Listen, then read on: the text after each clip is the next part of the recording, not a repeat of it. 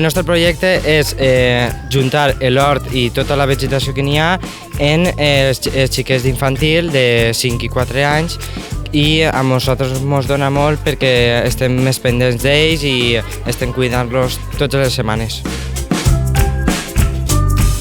Quan pugem així, primer quitem les males hierbes i tal, i després pugem amb els xiquets i els ajudem a plantar i a fer els volcans per a després regar-los i tot això.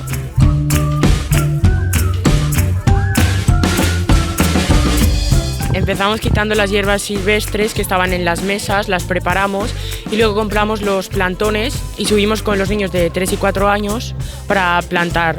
Y pues ellos van viendo el crecimiento de las plantas y vamos subiendo casi todas las semanas.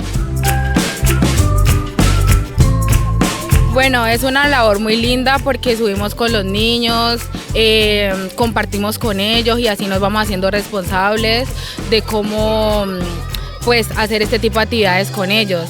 Aprendemos nosotros y aprenden también ellos.